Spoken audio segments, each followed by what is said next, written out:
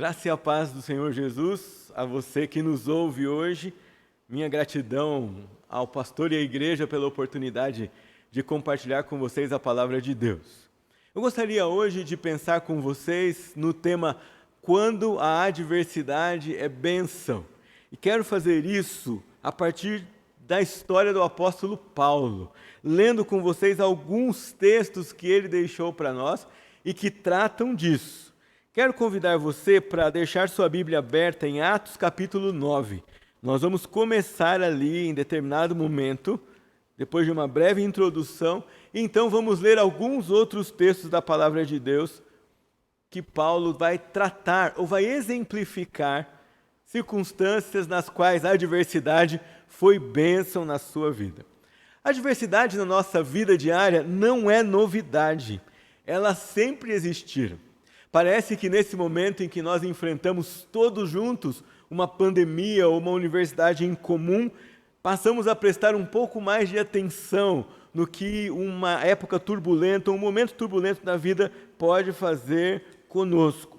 O fato não é novo, mas as provações que nos assolam de quando em quando acabam por ser novas em nossa vida, porque são coisas inéditas que nós, como pessoas, ainda não experimentamos. Por exemplo, essa situação em que estamos saindo dela ou ainda no meio dela, Deus é quem sabe. Nesse tempo em que experimentamos provação, algumas perguntas vêm à nossa mente e tais perguntas são praticamente inevitáveis. E elas dizem respeito aos porquês, às razões e aos dilemas, às vezes existenciais, que enfrentamos na nossa vida. Não é à toa que esse tema, a adversidade, é tratado desde o começo da Escritura. E quando nós olhamos para o homem sem Deus ou o homem sem Cristo, elas são descritas como negativas. E as emoções que a cercam são normalmente desespero, tristeza, desistência e morte. Mas quando nós olhamos para o mesmo assunto, as mesmas perspectivas, o mesmo tema, de um ponto de vista cristão, nós podemos pensar em alegria, em vitória, em virar a mesa, em aproveitar situações aparentemente desfavoráveis para o nosso crescimento. Uma americana chamada Maria Mitchell foi a primeira mulher a observar os astros, a primeira mulher que conseguiu o título de astrônoma na humanidade. Obrigado, pastor. Mas ela teve muitos obstáculos no seu caminho. No entanto, ela escreveu o seguinte: nosso desejo de oportunidade é nossa oportunidade. Nossas privações são nossos privilégios. Nossas necessidades são nossos estimuladores. Somos o que somos em parte porque temos pouco e queremos muito, e é difícil afirmar o que tem maior força. Provavelmente, se ela olhasse para a sua vida de maneira diferente, ela não teria alcançado as posições que alcançou, nem as descobertas que registrou para a história da ciência, não só no seu país e no mundo. E eu queria começar perguntando para você, como é que você olha para as provações e privações? Quando olhamos para a palavra de Deus, ou como a palavra de Deus trata deste tema, há vários exemplos de pessoas notáveis diante de provação. E hoje eu quero compartilhar com vocês como Paulo olha para esse assunto. E vamos fazer isso em dois momentos. Vamos olhar primeiro para a sua biografia, para algumas histórias que mostram como ele tratou esse tema no seu dia a dia. E vamos olhar também para a sua mensagem em alguns textos das suas cartas. Paulo é um exemplo emblemático para nós quando olhamos para a sua biografia. Porque em várias vezes, em diversas situações, ele enfrentou risco, escassez, morte, conflito, privações, e sempre com uma postura diante do seu Salvador que o diferenciava nessas circunstâncias especiais. O primeiro episódio que eu quero olhar com você é a própria conversão de Paulo em Atos capítulo 9. Olhe comigo o capítulo 1 e você vai entender por que a conversão, apesar de ser um fato impactante na sua vida, trouxe-lhe alguma provação. Atos 9:1 diz assim: Saulo, respirando ainda ameaças e morte contra os discípulos do Senhor, dirigiu-se ao sumo sacerdote e lhe pediu cartas para as sinagogas de Damasco, a fim de que, caso achasse alguns que eram do caminho, assim homens como mulheres, os levasse presos para Jerusalém. Seguindo ele estrada fora, ao aproximar-se de Damasco, subitamente uma luz do céu ao seu redor, e caindo por terra ouviu uma voz que lhe dizia: Saulo, Saulo, por que me persegues? Agora eu quero convidar você para ir comigo lá para o final, mais para o final da história, quando ele então entra na cidade. Vejam só, versículo 7. Os seus companheiros de viagem pararam emudecidos, ouvindo a voz e não vendo, contudo, ninguém. Então se levantou Saulo da terra e, abrindo os olhos, nada podia ver. Dos versículos 10 até o versículo 19, nós temos o Senhor falando com um dos discípulos para receber Saulo. Porque pensa comigo uma coisa, Saulo era perseguidor dos cristãos. De repente ele aparece na sua igreja, dizendo assim: bom dia, graça e paz, irmão, eu quero compartilhar o evangelho. Mas fazia algumas semanas ele estava matando cristãos. Como é que você reagiria? Poxa, não seria fácil. E não foi para Paulo, nos seus primeiros momentos de cristão, algo fácil para ele. Versículos 26 e 27 diz assim: Tendo chegado a Jerusalém, procurou juntar-se com os discípulos. Todos, porém, o temiam, não acreditando que ele fosse discípulo. Mas Barnabé, tomando consigo, levou aos apóstolos e contou-lhes como ele vira no caminho e que este lhe falara, e como este em Damasco pregara ousadamente em nome de Jesus. Por vezes, alguns de vocês têm histórias de conversão semelhante a Paulo. Alguns que abraçam o caminho de Cristo, alguns que atendem ao chamado do nosso Salvador, enfrentam oposição familiar, enfrentam oposição dos amigos em volta, enfrentam, como Paulo, solidão, enfrentam desencorajamento porque são novos no caminho e vão andar no mundo que se opõe a esse caminho que nós escolhemos, mas ele não se deixou desfalecer. Por isso, pregava com ousadia e a igreja à sua volta crescia. Ele enfrentou a solidão por amor de Jesus, não com covardia, não com medo, não com orações de livramento. As suas orações e os seus pedidos não eram que as orações cessassem, mas era que ele sempre tivesse ousadia para anunciar a palavra de Deus. O resultado foi você ter na sua Bíblia grande parte do Novo Testamento em igrejas plantadas em parte da Ásia Menor e depois na Europa.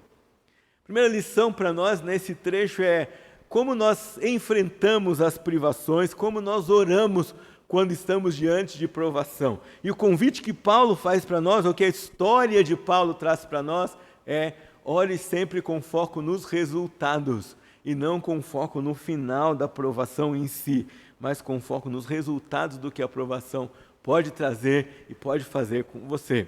É provável que depois que esse tempo de pandemia finalmente termine, nós vamos escutar histórias das pessoas que ouviram o Evangelho por meio dos cultos transmitidos pela internet.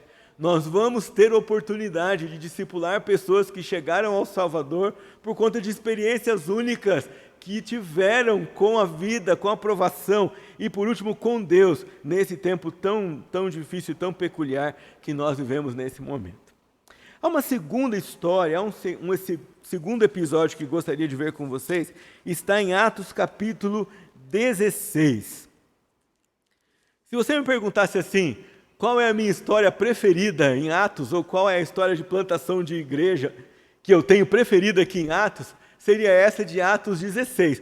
Uma igreja que começa com pessoas fervorosas, mas completamente diferentes umas das outras.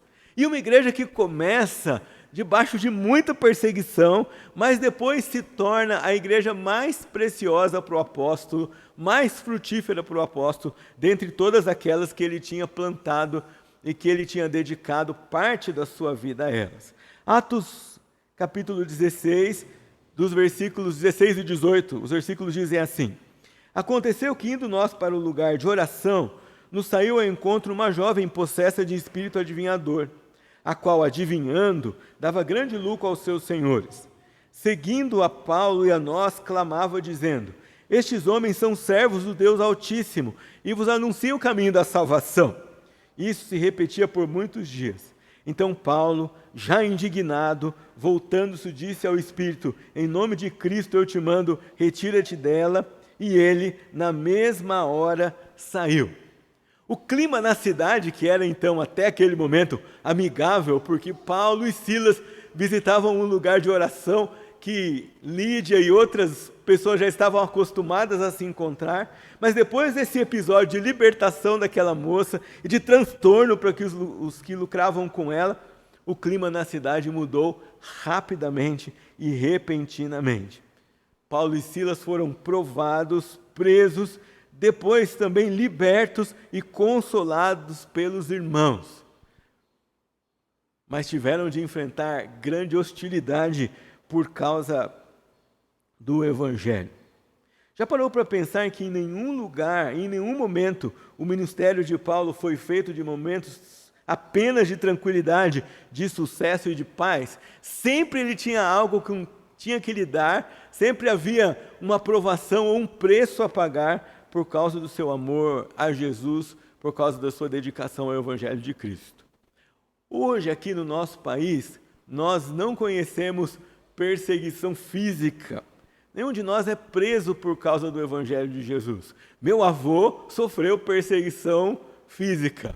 O meu avô e o avô de alguns de vocês que me ouvem hoje nesse culto sofreu perseguição por causa do Evangelho de Jesus. Quando ele começou lá a congregação, a Igreja Presbiteriana da Bocaina, sofria agressão, sofria perseguição por causa daqueles que não aceitavam a chegada do Evangelho naquele lugar. Mas nós não conhecemos isso. Nós conhecemos sim aqui no nosso país perseguição ideológica, perseguição talvez em ambientes acadêmicos, perseguição quando nós nos posicionamos contra a opinião da maioria, censura, deletar canais na internet de pessoas que se posicionam com argumentos bíblicos a respeito de alguns assuntos. Esse tipo de perseguição nós conhecemos. Mas prisão, como Paulo e Silas tinha aqui, trabalhava aqui, lidava aqui, esse tipo de perseguição, nós não sabemos como é. Mas como é que nós reagiríamos diante disso? Ano passado, ou 2 anos atrás, começou a se falar muito sobre esse assunto aqui no Brasil. E nós vimos muitos cristãos postando nas suas redes sociais, na internet, orações para que o Senhor livrasse a igreja dele de perseguições nesse país. Fico impressionado quando a gente assiste depoimentos e documentários de cristãos em países realmente perseguidos. O último que eu vi foi um documentário na China, que eles souberam que irmãos da Somália eram perseguidos por causa do Evangelho. E eles são também perseguidos. E qual foi a atitude dele? Foi orar para que os irmãos da Somália tivessem ousadia na pregação do Evangelho. Eu fico curioso e queria perguntar para você, se você enfrentasse oposição como Paulo enfrentou nas páginas do Novo Testamento, ou se você enfrentasse perseguição como esses irmãos ao redor do mundo enfrentam, qual seria a sua oração? Você pediria livramento ou você pediria ousadia para pregar o Evangelho do Senhor Jesus? Você pediria livramento, paz e tranquilidade ou você pediria mais oportunidade para que o Evangelho fosse divulgado e pregado no mundo? Pelas páginas do Novo Testamento, nós notamos que Paulo não parava 1 minuto sequer de proclamar o Evangelho de Jesus. Lá em Filipenses, existe um versículo escondido ali que diz assim: todos os santos vos saúdam, especialmente os da casa de César. O que sugere para nós que Paulo, inclusive, pregava o Evangelho aos componentes da guarda e todos aqueles com quem ele deveria entrar em contato. Ninguém escapava do seu radar de expor o Evangelho do Senhor Jesus. Nada parava aquele homem e nada deveria nos parar também, já que fomos alcançados, fomos eleitos, fomos salvos pela graça desse Evangelho que transformou a nossa vida. Só esse fato deveria ser motivo suficiente para nenhum tipo de oposição, tribulação, barreira, perseguição, fala contrária, xingamento ou coisa do gênero nos fizesse parar de pregar o Evangelho do Senhor Jesus. O avô da minha esposa foi pastor na região central do Brasil. E minha sogra conta que quando eles eram crianças, havia uma família vizinha da casa que era instruída pela mãe para bater nos meninos porque eles eram crentes, para bater nos meninos porque eles eram evangélicos. E os meninos chegaram para a avó e disseram para ela: o que nós vamos fazer? E a instrução da vovó era sempre que eles não reagissem da mesma maneira. E um dia, quando a horta estava pronta, a vovó pegou o melhor de cada plantação, a abóbora mais bonita, a folha mais bonita, o legume mais vistoso, fez uma cesta enorme, chamou os filhos e disse para eles assim: vão até lá e batam palmas, chamem a mãe e os meninos e entreguem esse presente. Foi isso que os meninos fizeram. Eles contam que fizeram morrendo de medo, mas foram lá e entregaram aquela cesta. Sabe o que aconteceu? Aquela mulher mudou de comportamento e os seus filhos também, com os vizinhos crentes. E uma oportunidade de orar com ela e de testemunhar do Evangelho foi alcançada. Pertinho aí de Atos 16, onde você já está comigo, queria que você caminhasse para Atos capítulo 17. Essa história aqui é também uma história de oposição. E eu queria ler com você a partir do versículo 18. E alguns dos filósofos epicureus e estoicos contendiam com ele, havendo com quem perguntasse: que quer dizer esse tagarela? E outros, parece pregador de estranhos deuses, pois pregava a Jesus e a ressurreição.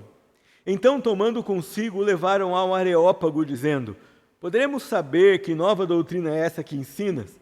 Posto que nos trazes aos ouvidos coisas estranhas, queremos saber o que vem a ser isso, pois todos de Atenas e os de estrangeiros residentes de outra coisa não cuidavam, senão de dizer ou ouvir as últimas novidades. A pregação de Paulo nessa cidade estava fazendo efeito, porque todos estavam comentando: há um pregador novo, ele tem uma mensagem nova, ao tal ponto de incomodar os intelectuais da cidade e eles dizerem: precisamos fazer uma sessão aqui na nossa academia filosófica para ouvir esse tagarela. E esse nome não era um nome bonito, não era assim um elogio, nem era um reconhecimento de uma qualidade de Paulo, era uma crítica, e uma crítica destrutiva, ou uma crítica desqualificadora daquele que pregava o evangelho naquele momento. Paulo não se acovarda, ele aceita enfrentar toda aquela gente. E não deveria ser algo muito fácil, ainda que Paulo fosse um homem muito bem preparado. Porque muitas vezes a mente do homem sem Deus não raciocina para encontrar um fim lógico ou natural de determinado pensamento, mas sim eles raciocinam para defender a ideia pecaminosa e idólatra que reina no seu coração. Nem sempre um debate como esse nos leva a uma conclusão da verdade, porque a mente do homem sem Deus, ela é treinada para guiar os seus próprios pensamentos e sua discussão para mentir e para o engano. O curioso para mim ao estudar essa questão é que o argumento que Paulo usa aqui passa por uma pandemia que o Senhor curou miraculosamente na história de Atenas. É que essa pandemia não está relatada no texto. Mas você vai perceber, se ler um pouco da história depois, eu vou deixar para você aqui de tarefa de casa, que ele vai chegar para os filósofos e vai dizer para ele assim: olha, eu vi que vocês são muito religiosos e que no meio de todos os altares que vocês têm aqui, há um altar para o Deus desconhecido. Acontece que esse altar para o Deus desconhecido tinha uma história relatada entre os gregos por um homem chamado Diógenes Laércio, do 3º século depois de Cristo. Essa história está colocada nesse livro. E ele relata a história de Epímenes, um herói cretense que atendeu a um pedido de Atenas feito por Nícias, um dos governadores da cidade, a fim de aconselhar a cidade sobre como remover uma praga. Eles, de fato, em Atenas, na época dessa praga, já tinham oferecido sacrifício a todos os seus deuses, e a praga não cessava na cidade. Então eles chamaram esse conselheiro e o contrataram basicamente para que ele desse instruções de como cessar aquela praga. E conta a história que ele chegou na cidade e pediu que eles reunissem um rebanho de ovelhas, pretas e brancas. E soltou as ovelhas na colina, soltou de manhã, de propósito, porque de manhã, quando as ovelhas são soltas, elas vão procurar pasto. Mas ele soltou de manhã e vamos dizer assim, vamos ver onde elas vão parar. E onde elas deitarem, vocês vão marcar o lugar e vão construir um altar e vão colocar aquele altar uma plaquinha, uma identificação ao Deus desconhecido. O que aconteceu foi que aquelas ovelhas saíram, se deitaram, os altares foram construídos, elas foram sacrificadas e a praga cessou daquela cidade. Quando Paulo está diante desses atenienses e ele fala com eles sobre o altar do Deus desconhecido, ele conhecia essa história. E ele usa essa história, essa impressão digital que Deus colocou na história do povo de Atenas, e Deus faz isso na história de vários povos ao redor do mundo. Ele colocou essa história ali para chamar a atenção daqueles incrédulos a respeito do poder de Deus, do Deus que ele estava pregando, e a respeito do poder do Evangelho que aquela cidade, na sua história, já tinha experimentado como verdadeiro.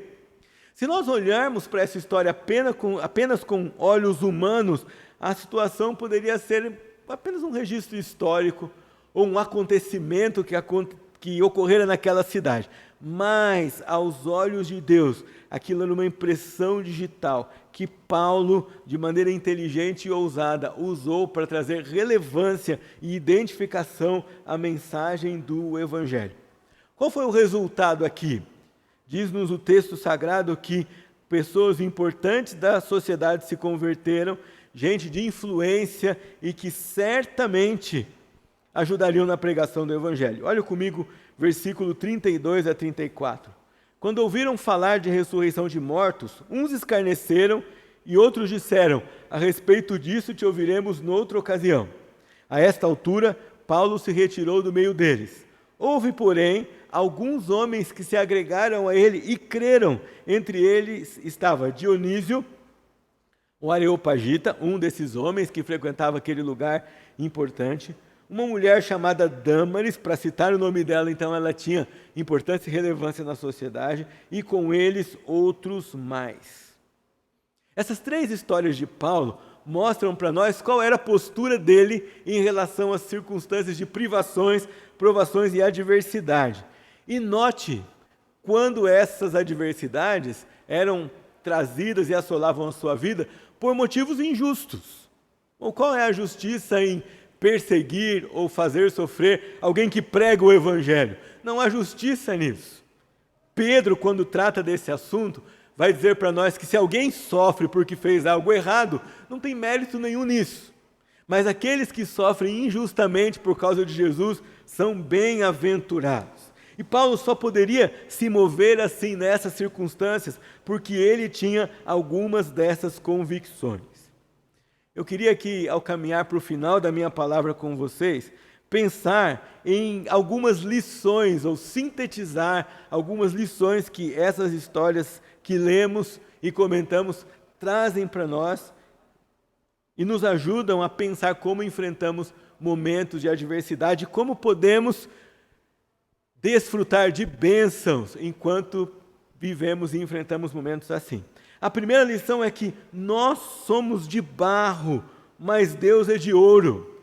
Nós somos limitados. Paulo deixa claro para nós em seus escritos que nós somos limitados, mortais, fracos, impotentes, com tendência para o mal. Mas ele também destaca que a nossa vida não depende disso. A nossa vida depende de um Deus que é poderoso, eterno, amoroso, soberano e previdente. Vencer as provações, passar pelas provações, não é uma habilidade nossa, esses recursos não estão em nós, porque nós não podemos fazer isso sozinhos. Esses recursos estão no Senhor. O texto que nós lemos aqui no começo da nossa mensagem, diz assim: temos, porém, esse tesouro em vasos de barro. Nós somos de barro, nós somos frágeis, nós não conseguimos. Mas ele diz também na segunda parte do versículo: para que a excelência do poder seja de Deus e não de nós. Essa palavra excelência está na moda hoje, mas quanto mais eu estudo as Escrituras, mais eu percebo que ela não cabe a nós, ela cabe a Deus. Excelência é um poder que excede, é um poder que vai além. E nós não temos nada em nós que exceda ou que vai além a ponto de sermos considerados biblicamente excelentes. Do ponto de vista bíblico, somente há um excelente em todo o universo, e esse é o Senhor. Preste bem atenção nisso. É normal que em momentos de privação você sinta tristeza, você se sinta limitado, você se sinta fraco e impotente. É normal. O que não é normal é você continuar no momento de provação, olhando para si mesmo. Porque não é esse o objetivo dessas circunstâncias que Deus decide que vão chegar até nós. O objetivo é que nós paremos de olhar para nós mesmos e comecemos a olhar para o Senhor. Ele sabe, Ele controla, mais do que sabe, Ele controla. Nós devemos confiar na soberania de Deus, mas devemos confiar também na sabedoria de Deus, porque Ele não é só soberano, Ele é sábio. Ele não só decide todas as coisas, mas Ele decide todas as coisas de maneira acertada e excelente, como Paulo diz para nós no texto de Coríntios que lemos no início dessa palavra. A segunda lição que nós temos aqui, a pensar nela em tempos de tribulação, é que seremos assolados por provações, mas nunca destruídos por elas. Pode pensar, pastor, mas e se a provação me levar à morte? Eu preciso lembrar para você que a morte não é destruição para o cristão, pelo contrário, a morte para o cristão é início de uma nova vida. A morte para o cristão é finalmente o recebimento da recompensa de tudo aquilo pelo que ele esperou enquanto viveu nessa vida fiel ao Senhor Jesus. Fidelidade essa também dada pelo nosso Senhor soberano. Diz o texto que já lemos: em tudo somos atribulados, porém não angustiados, perplexos, porém não desanimados, perseguidos, porém não desamparados, abatidos, porém não destruídos, levando sempre no corpo o morrer de Jesus, para que também a sua vida se manifeste em nosso corpo. Porque nós que vivemos somos sempre entregues à morte por causa de Jesus, para que também a vida de Jesus se manifeste em nossa carne mortal. E no finalzinho do texto ele vai dizer: porque todas as coisas existem por amor de vós, para que a graça, multiplicando-se, torne-se abundante as ações de graça por meio de muitos para a glória de Deus. Amados irmãos, é espiritualmente falando infantil imaginar que ter a bênção do Senhor é o mesmo que ter uma vida tranquila, ausente de tribulações. Não só imaturo, mas essa postura é também uma postura egoísta, extremamente materialista. E se nós nos contaminamos com ela, vamos acabar morrendo de amores por essa vida e vamos parar de desejar a vida eterna com Deus, que, afinal de contas, é a vida verdadeira. Tribulação aqui, provação aqui, não deve ser visto por nós, no primeiro momento, como punição para nós, mas, pelo contrário, como oportunidade de ser usado por Deus para o anúncio do Evangelho, como oportunidade para crescer, como oportunidade para amar mais o Senhor, como oportunidade para andar mais perto dEle e desfrutar desde já o singular amor de Deus, independente do que acontece à nossa volta. No mundo tereis aflições, disse Jesus, mas tenham bom ânimo, porque eu venci o mundo. Só queria lembrar você que a vitória de Jesus se deu por obediência resiliente até a morte, morte de cruz, como Paulo diz em Filipenses capítulo 2. Paulo diz em Filipenses 4,13 que podia tudo em Cristo que o fortalecia, inclusive enfrentar provações. Elas vão existir, elas vão acontecer, maiores ou menores, pandêmicas ou locais, mas elas não podem nos destruir. Elas apenas podem nos abater. Como você tem reagido às dificuldades desse momento que vivemos? Para onde você olha?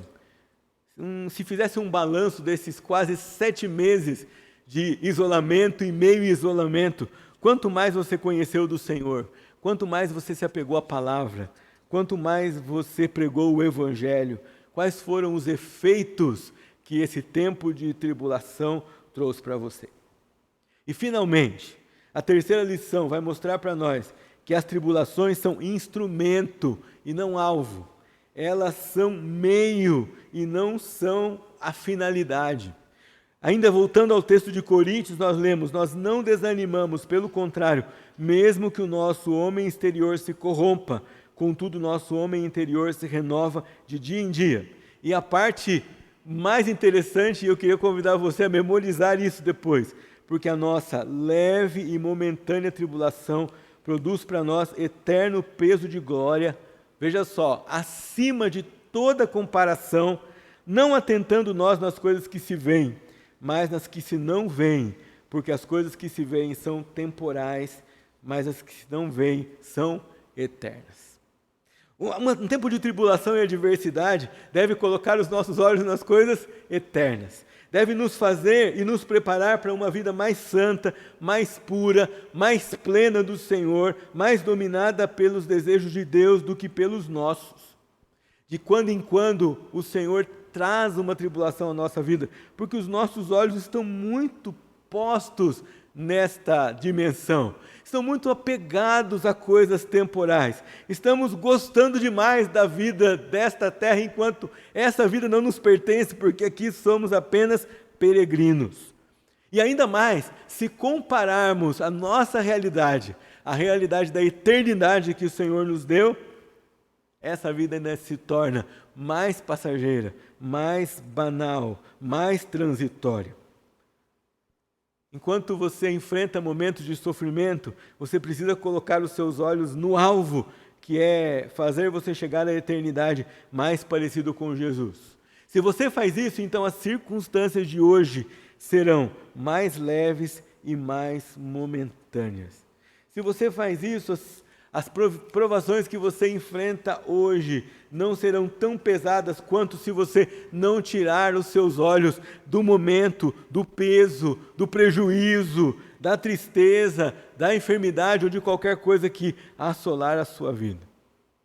Em momentos de tristeza e de solidão e de enfermidade, os nossos olhos devem estar mais do que nunca voltados para a vida eterna.